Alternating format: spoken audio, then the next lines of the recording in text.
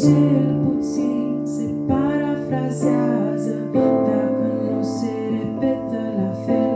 Și cine știe să tacă, să nu vorbească ce nu cunoaște îndeaproape, toate sunt altfel.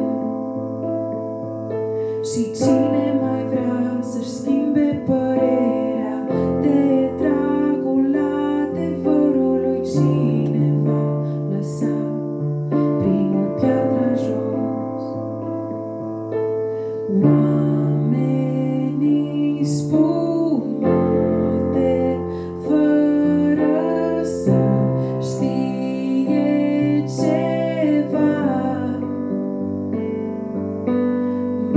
Basmele și bârfele circulă de când există lumea. Eu nu mai pot asculta tot ce vorbește lumea din prisosul inimii.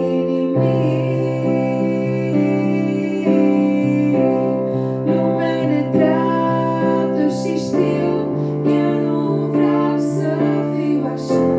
Bogăția lumii nu e bogăția mea.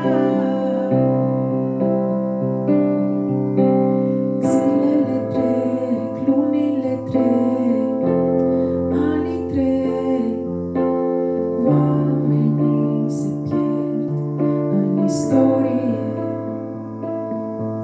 Și ce folos atunci nu poți să iei cu tine acolo unde care încărcate nu vor ajunge nici când. Oamenii spun multe fără să știe ceva. Basmele și bârfele circulă de când există lumea. Eu nu mai pot asculta tot ce vorbește lumea din prisosul inimii. Lumea ne treacă și știu, eu nu vreau să fiu așa. Bogăția lumii nu e bogăția mea.